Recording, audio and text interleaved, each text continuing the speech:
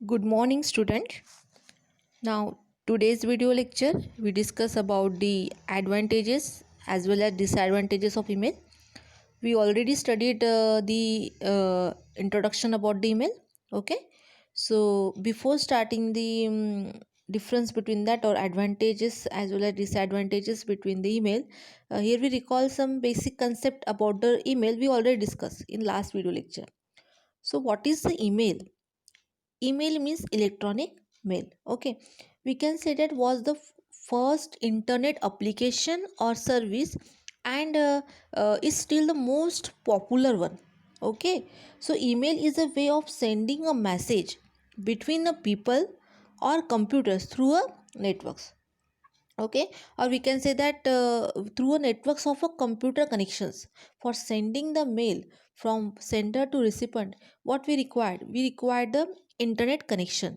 Okay, network of the computer connection. So whatever computers here we use, they are connected to internet, then the successful message delivery is done.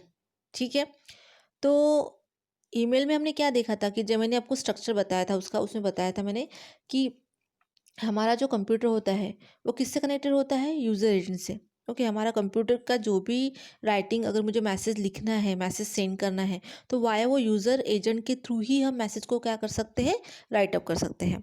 या अगर receiver भी message को अगर read करना चाहता है, तो वो वाया यूज़र एजेंट के थ्रू ही क्या करता है, मैसेज को रीड कर सकता है, अपने कंप्यूटर सिस्टम पे उसको डिस्प्ले कर सकता है. सो वो यूज़र एजेंट होता क्या है? User agent is one of the, we can say it use to provide the services to the user. एक यूज़र एजेंट एक ऐसा एजेंट होता है जो यूज़र को सर्विसेज प्रोवाइड करता है to make the process of sending and receiving the email easily, ताकि वो मेल को इजीली सेंड और रिसीव कर सकते हैं. तो इस तरह के जो सर्विसेज होते हैं वो प्रोवाइड करता है आपका यूज़र एजेंट.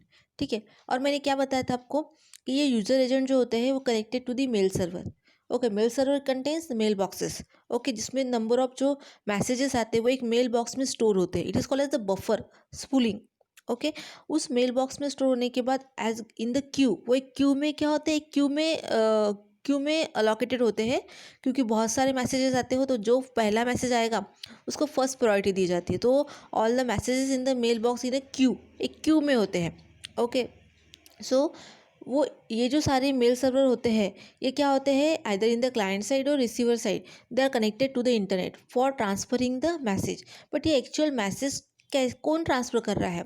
ठीक है, इंटरनेट से कनेक्टेड है तो मैसेज ट्रांसफ़र होगा, लेकिन वाया विच प्रोटोकॉल के थ्रू? तो हम इसको SMTP प्रोटोकॉल के थ्रू क्या करते हैं, मैसेज को ट्रांसफ़र करते हैं.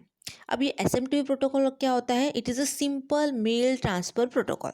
ओके, इसका काम क्या होता है कि सिंपल मेल को ट्रांसफ़र करना. ठीक है, तो ये जो भी हम क्लाइंट टू सर्वर जो मैसेज ट्रांसमिशन होता है, ओके, तो ये किसके थ्रू होता है, आपका SMTP प्रोटोकॉल के थ्रू होता है. ये जो प्रोटोकॉल होता है, ये प्रोटोकॉल वाया इंटरनेट के थ्रू क्या करता है, आपके जो मैसेजेस होते हैं उसको ट्रांसफ़र करता है. ठीक है, तो इस तरह से मैंने आपको ऑलरेडी बताया था. तो यूज़र एजेंट जो होता है वो सेंडर साइड पे भी होता है as well as the receiving side पे भी होता है. So what is we can define as email is the transmission of message over a communication network. Okay, so email की डेफिनेशन क्या हो सकती है? It define as the transmission of message over a communication network. So email is a service which allow us to send a message in electronic mode over internet. हम electronic mode, electronic devices की help से क्या करते हैं, हम message को transmission करते हैं over the internet. So it is one of the service for sending the mail, sending the message. Earlier क्या होता था, हम पोस्ट के थ्रू मैसेज को सेंड करते थे, पोस्ट के थ्रू लेटर को सेंड करते थे, लेकिन वो कैसा था, एक्सपेंसिव भी था और वो इनसफिशिएंट था. और ये कैसा इफिशिएंट है, एज इनएक्सपेंसिव है, और इसमें टाइम ड्यूरेशन भी कम लगता है as compare to the ordinary postal services. और ईमेल में क्या, it is a synchronous communication medium. Okay, so it mean due to which we can say that the people can send as well as read a message which is a convenient for them. जब उनको convenient होगा, भले ही हम message send करते, लेकिन ज़रूरी नहीं कि जैसे हमने मैसेज सेंड किया इमीडिएटली उसी टाइम पे रिसीवर ने उसको रीड करना चाहिए. When they are convenient of that, when they are free for that, so it can read the message.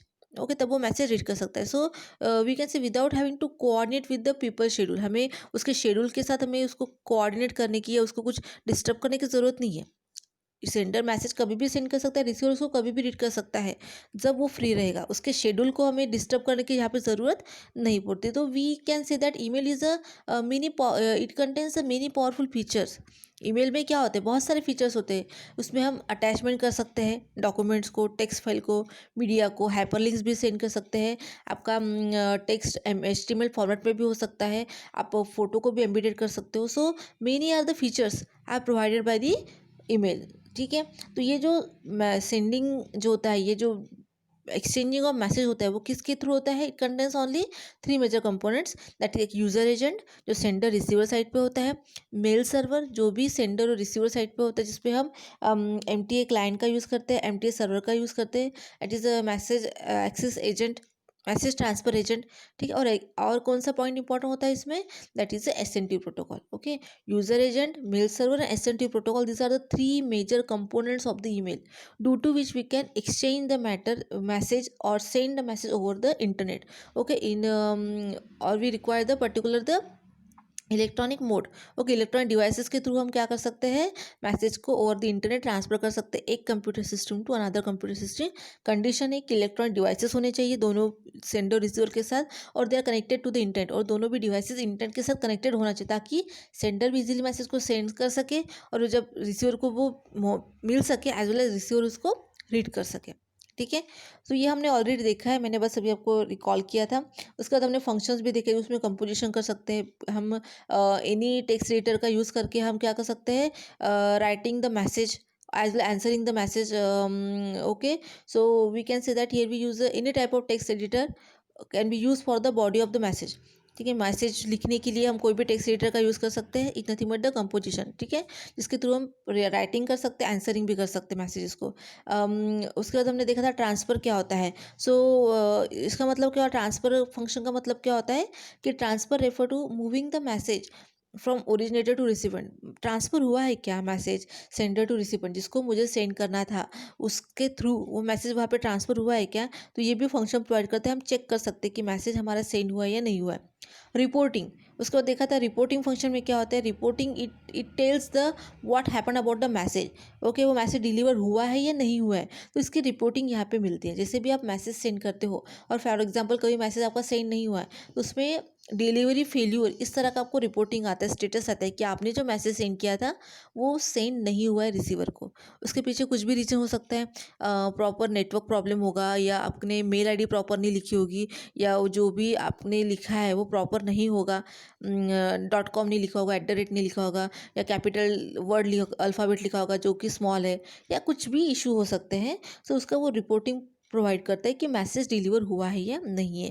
Display भी करता है। ठीक है, रिसीवर जब मैसेज जाता है रिसीवर तक, तो रिसीवर को डिस्प्ले करता है कि हाईलाइट होता है या ब्लॉक लेटर में आता है कि आपको ये नया मैसेज आया है, ताकि रिसीवर जो उसको रीड कर सके ईमेल को पर्टिकुलर। डिकम्पोजिशन एक फंक्शन देखा था जिसमें क्या होता है कि जैसे ये एक फाइनल स्टेप बोल सकते हैं डिकम्पोजिशन, कि जिसमें क्या होता है, रिसीवर जो होता है after receiving the message, okay, it may be read से और डिलीट और फॉरवर्ड द मैसेज, वो कुछ भी कर सकता है। जैसे उसके पास मैसेज आता है तो उसको रीड भी कर सकता है, सेव भी कर सकता है, एज वेल डिलीट भी कर सकता है, एज पर देयर चॉइस। ठीक है, तो ये हमने सारे फंक्शंस देखे थे, डेफिनेशंस देखी थी। अभी हम देखने वाले सिंपल कि उसके एडवांटेजेस और डिसएडवांटेजेस क्या होते हैं। तो पहले देखेंगे एडवांटेजेस। सो एडवांटेजेस में पहला पॉइंट आता है आपका speed. Of course the recipient can receive a email with in a very short time of sending the same.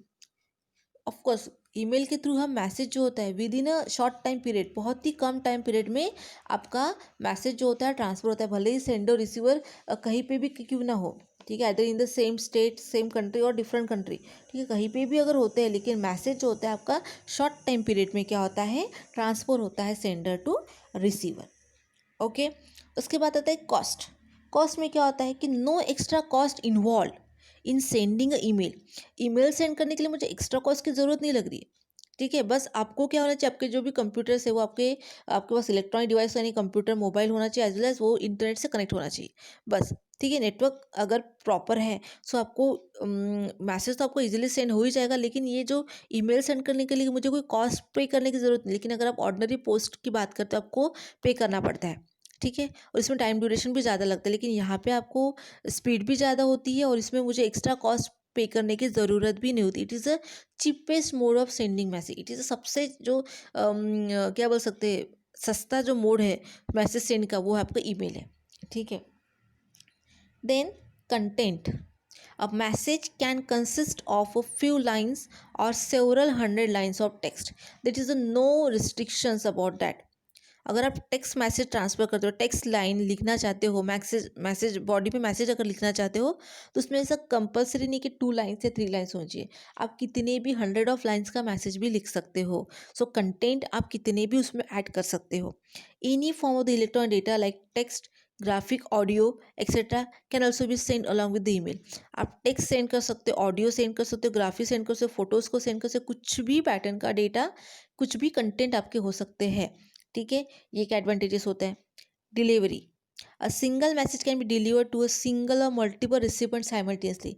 ऐसे हम बहुत बार ऐसे करते हैं। जैसे कॉलेजेस में अगर देखते हैं कि कुछ अगर मुझे मैसेज डिस्प्ले करना है, ठीक है, कुछ एडवर्टाइज करना है या कुछ भी बताना है, ठीक है, तो हम क्या करते हैं कि एक ही मैसेज, एक ही कंटेंट नंबर ऑफ रिसिपेंट को सेंड करते हैं। अगर मुझे पर्टिकुलर एग्जाम के बारे में या कुछ भी अगर डिटेल इन्फॉर्मेशन बतानी है, कोई इंपॉर्टेंट नोटिस बताना है, देना है, तो हम क्या करते हैं कि स्टूडेंट को क्या करते हैं, वही सेम मैसेज मल्टीपल रिसिपेंट को हम सेंड करते हैं। मल्टीपल रिसिपेंट का ईमेल आईडी डाल दो और वो same message with in a time period. ऐसा नहीं होगा कि ये एक यूज़र को जाएगा देन सेकंड को जाएगा, ऐसा बिल्कुल नहीं होता है। आप ऑलवेज यूज़ करते हो ईमेल, आपको तो पता ही होगा।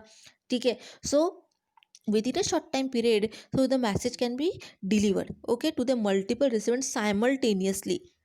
Reliability, it is a reliable mode of communication, and in case a message cannot be sent, the sender get a notification on the same within a short period of time. जैसे मैंने आपको बताया था delivery function में भी मैंने बताया था, डिलीवरी फंक्शन में क्या होता है कि it is a reliable mode of communication due to which क्या होता है कि आपका मैसेज सेंड हुआ है या नहीं, इसकी वो आपको क्या बताता है, नोटिफिकेशन देता है। It is a reliability, it give the notifications about that with in a short period of time. Immediately देगा, इमीडिएटली तो जनरली देता नहीं, लेकिन short time period after 2 minutes 5 minutes के बाद वो आपको क्या करता है, या उतने ही उस डे में ही वो आपको बताएगा कि आपका मैसेज अगर सेंड नहीं होता है या सेंड होता है तो इमीडिएटली वो रिप्लाई देता है। लेकिन अगर सेंड नहीं होता है तो क्या करता है, उस टाइम शॉर्ट टाइम पीरियड में आपको रिप्लाई करेगा कि मैसेज डिलीवरी फेल्यूर। क्योंकि वो इमीडिएटली रिप्लाई क्यों नहीं देता है, क्योंकि वो आफ्टर सम टाइम के बाद वो क्या करता है, फिर से रिसेंड करता है मैसेज को। अभी मतलब अभी सेंड किया, नहीं सेंड हुआ तो आफ्टर 10 मिनट्स वो फिर से सेंड करेगा, देन अगेन 10 मिनट्स के बाद फिर से सेंड करेगा। तो इस तरह से वो क्या करता है, सेवरल टाइम्स उसको रिसेंड करता है। लेकिन रिसेंड करने के बाद भी अगर मैसेज सेंड नहीं हो रहा है, 4 to 5 या 6 टाइम के बाद रिसेट करने के बाद भी अगर मैसेज सेंड नहीं होता है, तो आपको नोटिफिकेशन देता है the delivery of the message, failure of the message. इस तरह से it is the reliable mode of communication.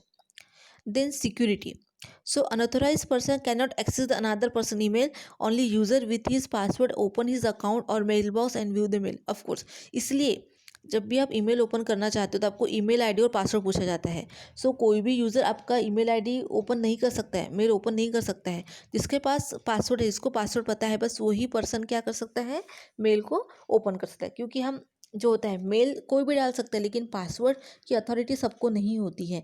ठीक है, सो जिसका मेल आईडी है, जिसका वो मेल है, जीमेल अकाउंट है, वही अपने पासवर्ड के थ्रू उसको क्या कर सकता है, ओपन कर सकता है। इस तरह से यहाँ पे सिक्योरिटी प्रोवाइड की जाती है। इट इज़ अ सर्टिफिकेशन बोल सकते हैं। अनअथराइज पर्सन को यहाँ पे अलाउ नहीं होता है access. In case of web mail service, a user can check the mail from the any computer or mobile around the world. Of course ऐसा बिल्कुल भी कंपलसरी नहीं कि आपका मेल आईडी है तो आप अपने ही मोबाइल से, अपने ही कंप्यूटर से चेक करोगे। आप किसी के भी कंप्यूटर से, किसी कोई भी मोबाइल से बस अपने को आपको ईमेल आईडी और पासवर्ड डालना है और इजीली आप क्या कर सकते हो, उसको चेक कर सकते हो। बस इतना ही कंपलसरी है कि वो जो भी आप डिवाइस यूज़ करने वाले हो वो आपका इंटरनेट के साथ कनेक्ट होना चाहिए। Okay, so this are the advantages of the email. ठीक है, स्पीड होती है, स्पीड ज़्यादा है, कॉस्ट भी कम है, they know it is not, it is a weakens, it is a not expensive, it is a cheapest. Content आप message कुछ भी डाल सकते हो, 100 ऑफ लाइन्स भी हो सकते हैं, टेक्स्ट, ऑडियो, ग्राफिक, फोटोज़, कुछ भी आप इसमें कंटेंट हो सकते हैं। डिलीवरी का वो रिपोर्ट डिलीवर जो होता है मैसेज, वो एट ए टाइम वो मल्टीपल रिसीवर को आप सेंड कर सकते हो। रिलायबल है इसका मतलब क्या होता है कि अगर कुछ भी, अगर नोटिफिकेशन प्रॉब्लम वो शॉर्ट टाइम पीरियड में देता है, अगर सेंड होता है तो उसका भी नोटिफिकेशन देता है, अगर नहीं सेंड होता है मैसेज उसका भी वो नोटिफिकेशन आपको प्रोवाइड करता है। सिक्योरिटी होती है, सिक्योरिटी में क्या होता है कि अनऑथराइज पर्सन उसको आपके मेल को एक्सेस नहीं कर सकता। जिसके पास मेल आईडी और पासवर्ड है बस वही आपके अकाउंट को, या आप खुद तभी आपके पास अगर पासवर्ड है तभी आप अपने अकाउंट को ओपन कर सकते हो। एक्सेस जो होता है, एक्सेस में अगर आपको एक्सेस करना है तो आप किसी भी कंप्यूटर से किसी भी मोबाइल डिवाइस से अपना मेल आईडी ओपन कर सकते हो, बस आपका जो भी डिवाइस है वो इंटरनेट के साथ कनेक्ट होना चाहिए। Okay, this are the advantages of email. Now here we discuss what are the disadvantages of email. Okay, so इसमें क्या होता है, इंफॉर्मेशन ओवरलोड। इसका मीनिंग क्या है, people daily receive many mails, okay, majority of which can be junk mail. बहुत सारे daily कितने सारे मेल आते, कितने सारी कंपनी के आएंगे, कुछ भी जहाँ पे भी हम क्या वो सब्सक्राइब करते जो भी चीज़ को, तो उसके हमें कंटिन्यू मेल आते रहते, अननोन मेल आते, बहुत सारे मेल आते रहते हैं। सो तो बहुत सारे जंक मेल क्रिएट हो जाते हैं। So one can have to go through the 100 mails, so find out which are the useful and which are not, thus the spamming can be unproductive. तो इतने सारे डेली अगर आप ऑब्जर्व करोगे तो बहुत सारे मेल आते हैं, और अगर आप 2 दिन तक अगर मेल ओपन नहीं करते हो और अगर इमीडिएटली किसी मेल को, इंपॉर्टेंट मेल को सर्च करना है, इतने सारे मेल में से इंपॉर्टेंट मेल को सर्च करना, सो it is a little bit complicated work. Information overload, बहुत सारा ओवरलोडिंग हो जाता है, हेडेक हो जाता है, क्योंकि इतने सारे मेल आते हैं, उसमें से मुझे अगर किसी इंपॉर्टेंट मेल को सर्च करना होता है तो इसमें टाइम कंज्यूमिंग होता है, और it is a we can say that it is unproductive, और spamming can be created. Security risk. Now email can be a source of computer virus, of course, ठीक है, इसमें वायरस का ये हम बोल सकते हैं इट इज़ इनिशिएटर और source. So the virus can come as attachment mails from the unknown source. कोई भी अननोन सोर्स, ठीक है, हमें क्या कर सकता है, अटैचमेंट कुछ भी मैसेज की सेंड कर सकता है, क्योंकि मेल तो कोई भी सेंड कर सकता है ना, ओपन बस हम कर सकते हैं, ठीक है, बस आगे वाले को आपको मेल आईडी पता होना चाहिए तो आपको इजीली आपको मेल सेंड कर सकते हैं। तो कोई भी अननोन सोर्स आपको अगर मेल सेंड करते हैं, उसके साथ अगर उस अटैचमेंट में अगर वायरस है तो आपका जो डिवाइस है या आपके जो भी इंपॉर्टेंट फाइल है वो क्या हो सकती है, डिस्ट्रैक्ट हो सकती है, उसको वो क्रैश हो सकती है। सो इसमें इतना सिक्योरिटी रिस्क होता है कि जो भी अटैचमेंट आता है वो सिक्योर ही है या नहीं है वो हम इसकी श्योरिटी नहीं दे सकते, क्योंकि अगर अननोन पर्सन से कोई मेल आता है तो ऑफकोर्स उसके अटैचमेंट में वायरस हो सकता है, ठीक है। When such mails are open the computer get infected by the virus. तो आप अगर सिंपली उस मेल को ओपन भी करते हो तो आपकी सारी फाइल्स से आपका कंप्यूटर वो वायरस से इन्फेक्ट हो सकते हैं, अटैक हो सकता है। So using the antivirus program and firewalls can prevent such infection. तो इसलिए आप देख सकते हैं बहुत सारे कंप्यूटर्स में हम क्या करते हैं, एंटीवायरस का यूज़ करते हैं, फायरवॉल का यूज़ करते हैं, ताकि इस तरह के वायरस अगर आते हैं तो हमारा जो एंटीवायरस हो इतना स्ट्रांग हो कि वो उस वायरस को क्या कर सके, डिस्ट्रॉय कर सके। Then email bombing.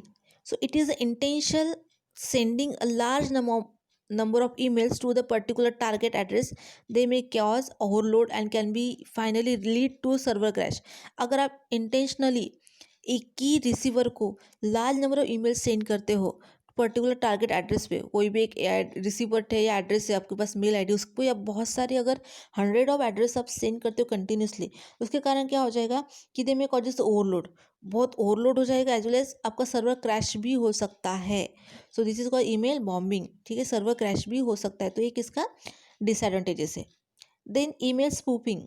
So this occur when the email header is altered to make a message appear to the come from the reliable or known source. They usually done to the collect personal information of recipient. So ऐसा हो सकता है कि same नाम से हमारा header जो है वो यहाँ पे क्या हो रहा है, चेंज हो रहा है सपोज, ठीक है। So we can say that कि अगर कोई सोर्स है, अगर वो मैसेज सेंड करता है सेम नेम से, सो व्हाट हैपन ईयर कि वो हमारी इन्फॉर्मेशन को स्टोर कर सकता है।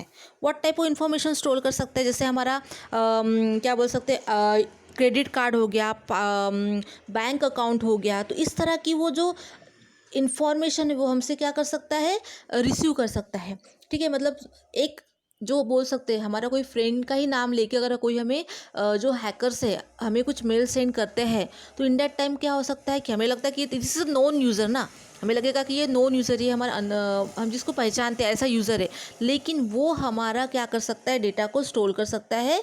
दैट इज़ हमारा यूज़र नेम, पासवर्ड हो गया, बैंक अकाउंट डिटेल्स हो गया, क्रेडिट कार्ड डिटेल्स, तो ये सारी जो चीज़ें इसको हैक कर सकता है, उसको स्टोर कर सकता है। ठीक है, so which can be the misuse, का वो मिसयूज़ कर सकता है। ठीक है, so this is the process we call as the phishing, उसको हम बोलते हैं phishing. Okay, now the last one is the distraction. Checking and replying the vast number of emails can be hampered productivity. ये it is a very headache वाला काम बोल सकते हैं कि इतने सारे जो भी मैसेजेस आते हैं, जो उसको चेक करना और हर एक को रिप्लाई करना। अगर बहुत सारे मुझे सपोज़ बहुत सारे इंपॉर्टेंट मैसेज आ रहे हैं मुझे, अगर सपोज़ बर्थडे विशेस आ रही है फॉर एग्जांपल, तो वो सारे हर एक मैसेज को रीड करना, उसको रिप्लाई करना, इट इज़ द डिस्ट्रैक्टिंग। सो ये क्या हो सकता है, बहुत हेडेक वाला काम हो सकता है कि हर एक मैसेज को चेक करना एज वेल एज रिप्लाई करना। ठीक है, so this is the all are the we can say the disadvantages of the email. Okay, so ये डिसएडवांटेजेस भी हो सकते हैं। जैसे एडवांटेजेस है, स्पीड है, कॉस्ट नहीं लगती, कंटेंट आप कुछ भी डाल सकते हो, डिलीवर का स्टेटस आता है, बट उसी तरह से इसके कुछ डिसएडवांटेजेस भी होते हैं। ठीक है, so I hope you understand this video. Thank you.